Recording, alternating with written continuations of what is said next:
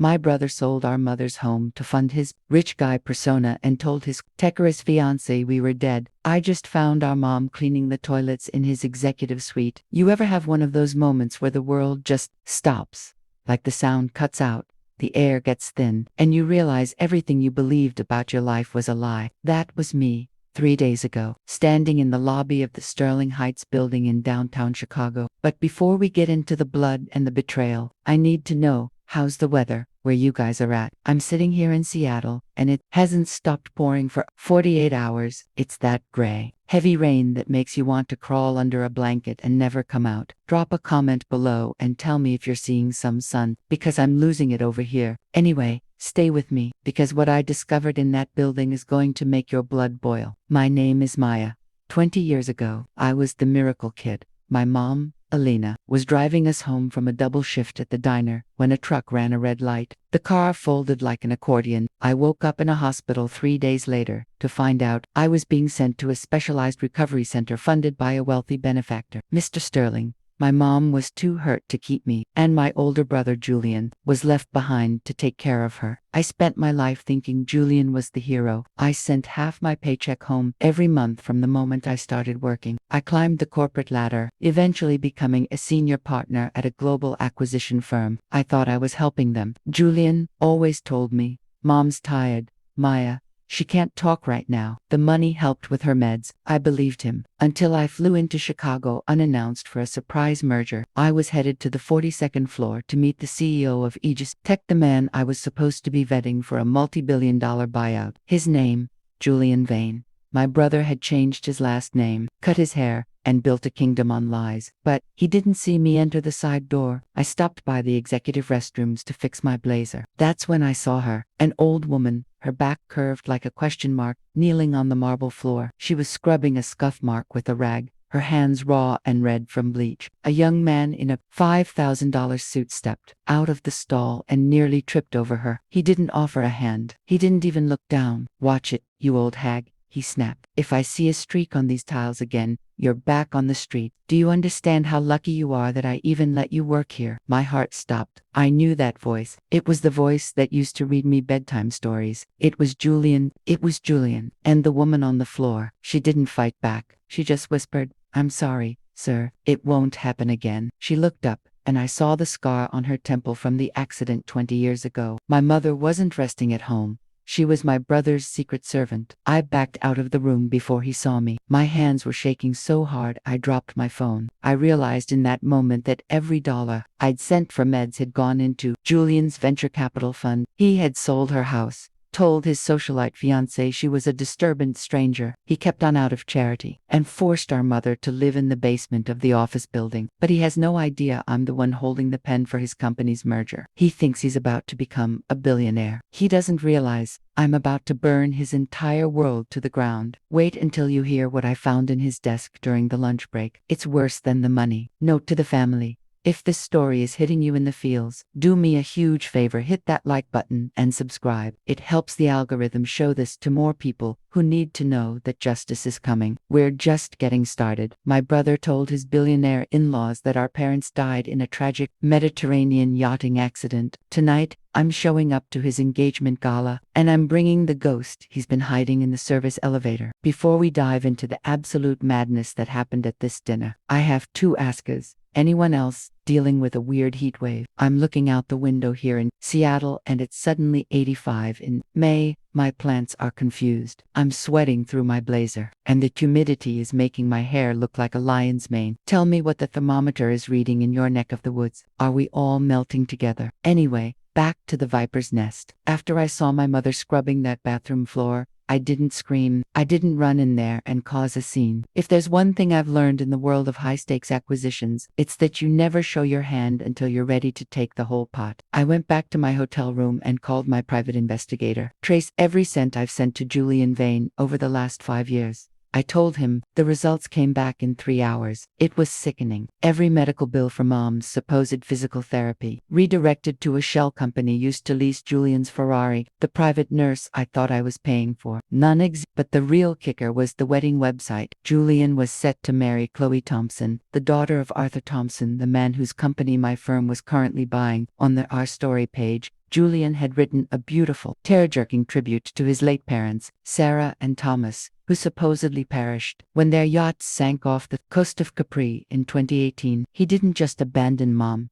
He murdered her image to fit into high society. I spent the afternoon at a high-end boutique. Then, I went back to the Sterling Heights building. I didn't go to the executive floor. I went to the basement. I found Mom in a room that was basically a concrete box next to the boiler. She was eating a cold sandwich. When she saw me, she didn't even recognize me at first. I was wearing a $4,000 suit, and she looked like a shadow. "Maya," she whispered, her voice cracking. "Is that really you?" I didn't cry. I couldn't afford to. I just took her hand. "We're going, Mom, right now." "I can't." She tripped over her words, looking at the door in terror. "Julian says if I leave, the police will take me. He says I'm not mentally fit, and he's protecting me." The rage that hit me was cold. It wasn't a hot fire. It was an iceberg. "He lied, Mom. He's the one who needs protection from me." The Thompson estate was draped in white lilies and smelling of old money. Julian was at the center of the room, sipping vintage Krug and laughing with Arthur Thompson. He looked like the golden boy, the self-made orphan. I walked in. The room went quiet because, well, I'm the woman holding the check for their $2 billion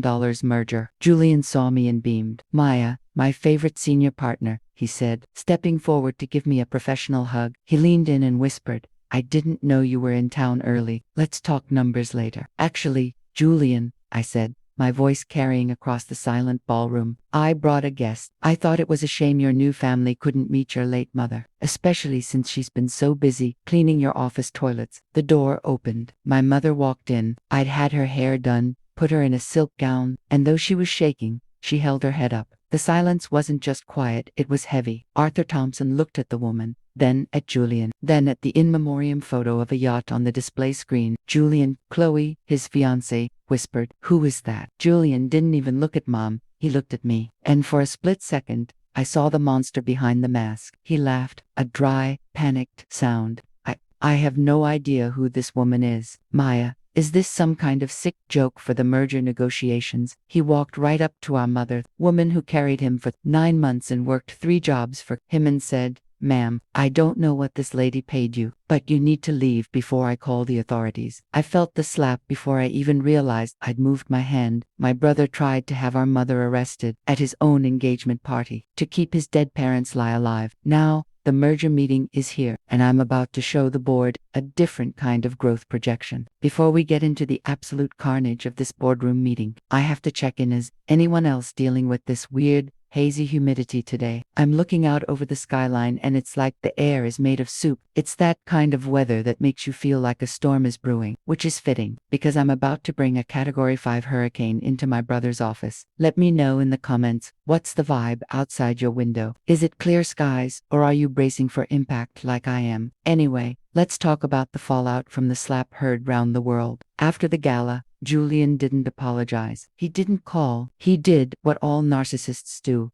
He doubled down. He sent a mass email to the Thompson family and the board of directors claiming that I was suffering a mental breakdown due to the stress of the acquisition and that I had hired a lookalike actress to humiliate him because of a sibling rivalry. He actually tried to gaslight an entire room of billionaires. I spent the night in a hotel suite with Mom. She sat on the edge of the bed, touching the high thread count sheets like they were made of gold. "Maya," she said, her voice barely a whisper. He was so angry. His eyes, they weren't my boy's eyes. He stopped being your boy the second he put a price tag on your dignity. "Mom," I told her. I handed her a tablet. "I need you to watch this. It's the security footage from the service elevator at Julian's office from 2 weeks ago. In the video, Julian is standing in the elevator. Mom is there too, holding a heavy bucket of gray mop water. The elevator jolts. A splash of water hits Julian's leather loafers. He doesn't just yell. He grabs her by the arm hard enough to leave a bruise and hisses something into her ear that makes her shrink against the wall. Mom started crying. "He told me if I ever spoke to a soul, he'd make sure I was committed to a state asylum where no one would ever find me." I took the tablet back. I had everything I needed. The boardroom at Aegis Tech was cold, brushed steel, glass walls, and a view of the city that made men feel like gods. Julian was sitting at the head of the table, looking smug. He had 2 of his top lawyers next to him. Arthur Thompson was there too,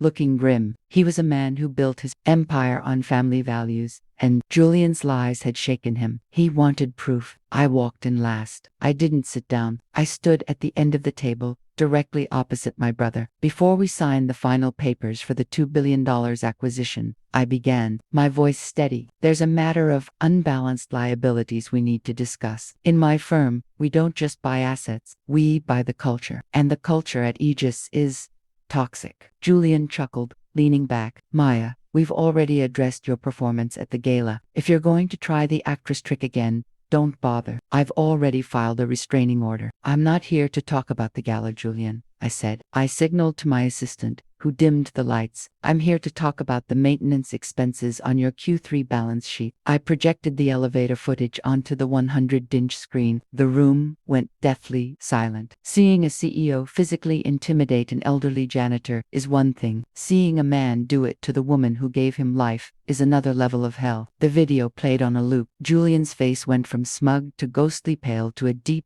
ugly purple. That's a fake, Julian stammered. Deepfake technology is. I have the original hard drive. Julian, I cut him off. And I have the medical records from the ER visit. Mom took 3 years ago when you accidentally pushed her down the basement stairs. You told the doctor she fell. She was too scared to contradict you. Arthur Thompson stood up. He didn't even look at the screen. He looked at Julian. You told my daughter your mother was buried in Italy. You let us pray for her soul at our Thanksgiving dinner. Arthur, listen, Julian started. No, Thompson said, the merger is dead, and as of this moment, the Thompson Group is pulling all venture capital from Aegis. You're over-leveraged, Julian. Without this deal, you're bankrupt by Friday. Julian looked at me, and for the first time in my life, I saw him truly terrified. He realized the little sister he thought he'd outrun had just pulled the floor out from under his kingdom. But I wasn't done. I'm not just killing the deal, Julian, I said, leaning over the table. I've spent the last 48 hours buying up your personal debt. The Ferrari, the penthouse, the offshore accounts you used to hide the money I sent for Mom's meds. They belong to me now. He lunged across the table at me, his hands reaching for my throat, screaming that I'd ruined him. My car was remotely hijacked after my brother's arrest, driving me to a secluded estate. I expected to face a kidnapper. Instead, I walked into a room with the man who has been dead for 20 years. My father, and he just showed me the police report from the night of the crash.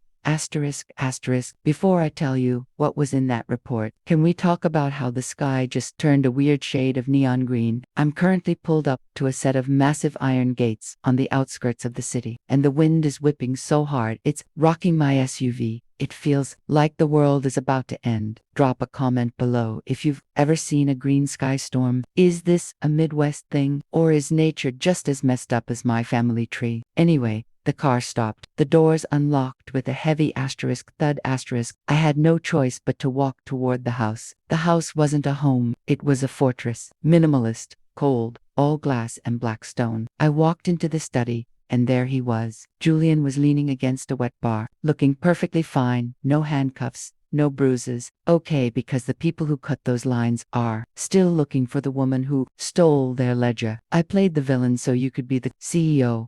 I made myself a target so you could be clean. My head was spinning. Julian, the brother I had spent years hating for his greed, was claiming he was a martyr. My father, the ghost, was claiming he was a protector. If that's true, I stammered, looking at Julian, why did you treat Mom like a servant? Why the bathroom floor? Why the basement? Julian's face finally broke. A flash of raw, unfiltered pain. Because she is the ledger, Maya. She didn't steal a book. She has a photographic memory. Every account, every name, every bribe, it's all in her head. I had to make her look invisible. A janitor, a crazy old woman. If she looked like a high society mother, they would have found her and killed her years ago. Then, Thomas looked me in the eye. But now, Maya, the merger you're handling, it's with the very people who tried to kill us, and they know who you are. At that exact moment, the power in the house cut out. The only light came from that eerie green sky outside. A red dot appeared on my father's chest. A laser sight. Julian tackled me to the floor just as the glass wall shattered. We're pinned down in the hallway. Julian is handing me a handgun I don't know how to use, and my father is opening a hidden floor safe. My father's safe house just became a kill zone. As snipers opened fire, Julian revealed the final piece of the puzzle. The reason Mom was scrubbing those floors wasn't just to height, it was to deliver a message to the only people who could take down the legacy tech. The carpet was covered in glass shards, and my father had a laser sight dancing across his shoulder. Basement. Now, my father roared. Julian didn't hesitate. He grabbed me by the collar of my blazer I'd bought to look powerful in a boardroom and dragged me toward the service stairs. We didn't take the elevator. In a house this height, an elevator is just a vertical coffin if someone hacks the power. As we tumbled into the reinforced basement, Julian slammed a heavy steel door shut and engaged the manual deadbolts. He was breathing hard, his expensive suit jacket discarded, his white shirt stained with dust. "You okay?" he asked, checking me for injuries. "Am I okay?" I hissed, shaking. "Julian, people are shooting at us. My dead father is in the next room. Nothing about this is okay." "Maya, listen to me," Julian said, grabbing my shoulders. "The merger, the Thompson Group, they aren't the villains. They're the victims. The people outside, they work for the Quiet Board, the offshore entity that actually owns the Thompson Group's debt. They figured out that Mom is still alive. They realized she's been using her job as a janitor to leave codes in the dust on the executive desks." My mind flashed back to the office. I remembered Mom kneeling on the floor, scrubbing a scuff mark, but I also remembered her finger trailing through the thin layer of dust on Julian's mahogany desk before I walked in. "She wasn't just cleaning, Maya," Julian whispered. "She was writing. She has the account numbers of the offshore shell companies memorized. Every night, she'd leave a piece of the ledger for the investigators who were posing as night security. She was taking them down from the inside while I played the distraction." I looked at the door. "Then why did you treat her like that?" "You were so cruel, Julian." "The bathroom, the yelling, because the Quiet Board has ears everywhere," Julian said, his voice cracking. "If I showed her love, if I showed her respect, they'd know she was someone important. I had to make them believe I hated her. I had to make them believe she was nothing so they wouldn't look closer. I've spent 5 years being the man I hate so she could finish her work." Hash hash hash, the vault of memories. My father walked over to a terminal in the corner of the basement. He didn't look like a ghost anymore. He looked like a soldier. "The ledger is complete, Maya," Thomas said. "Your mother finished the last string of codes tonight. That's why they're here. They aren't trying to capture her anymore. They're trying to erase the evidence. And we are the evidence." He hit a button, and a screen flickered to life. It showed the Thompson Group's headquarters, but it wasn't the office I knew. It was a map of the server rooms, the dark fiber cables that ran underneath the city. Everything you've worked for, Maya, your career, your from it was all a setup to get you into that boardroom so you could be the one to trigger the final upload. You were the only one clean enough to pass their background checks. Suddenly, the steel door groaned. Someone was using a thermal lance on the other side. The sparks were flying through the gaps in the frame. "We're out of time," Thomas said. He handed me a small, encrypted USB drive. "This is the key. To activate it, you have to go back to Julian's office. You have to go to the bathroom Mom was cleaning, the scuff mark she was scrubbing. That's the biometric scanner. I can't go back there." I screamed. "They'll kill me before I reach the lobby." Julian looked at me, a sad, small smile on his face. "Not if they're busy chasing me." Julian just grabbed a decoy bag and is heading for the garage. He's going to lead them on a high-speed chase through a literal hurricane. While I tried to sneak back into the city, I watched Julian's taillights vanish into the storm, a swarm of black SUVs screaming after him. I was alone. I didn't use the front entrance. I used the service tunnel, the one Mom used every morning at 4 a.m. for 5 years. I was wearing a janitor's jumpsuit I found in the back of my SUV, my $1,000 heels replaced by heavy work boots. The building felt different at night. The glass towers that usually represented power now looked like cold, transparent cages. I made it to the 42nd floor using the freight elevator. My heart was hammering against my ribs so hard I thought it would bruise. I reached the executive restrooms, the same ones where I had seen Julian humiliate our mother. The memory made me feel sick, but now I understood.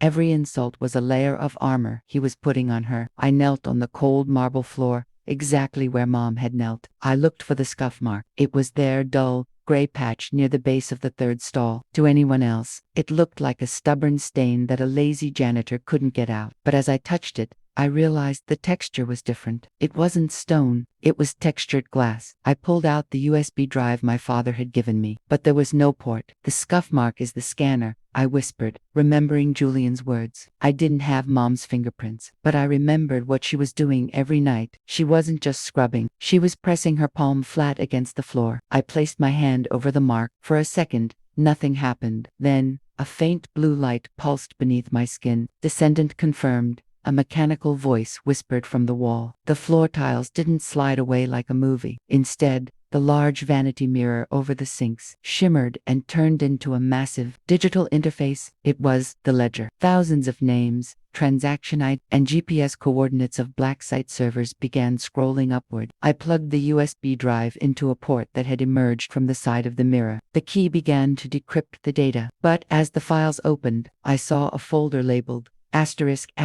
Project Elena, the accident, I clicked it. My breath stopped. It wasn't a police report. It was a video file from a hidden dashcam in the car that crashed 20 years ago. I saw a younger version of my mother, white-knuckled on the steering wheel. I saw Julian in the passenger seat, and then I heard the voice on the car's radio. It wasn't music. It was a live transmission. Target in sight. Cut the lines now. The voice belonged to Arthur Thompson, Julian's perfect father-in-law, the man who had been sitting in the boardroom with us today, acting like a victim of Julian's lies. Arthur hadn't been tricked by Julian. He had been running Julian. My brother wasn't the mastermind. He was a hostage. Julian had agreed to marry Chloe Thompson not for money, but to stay close enough to the man who tried to kill us so he could eventually strike back. Suddenly, the bathroom door swung open. I turned around, expecting a security guard. Instead, I saw Chloe Thompson. She wasn't wearing her engagement ring. She was holding a silenced pistol. Chloe Thompson didn't pull the trigger. She stood there,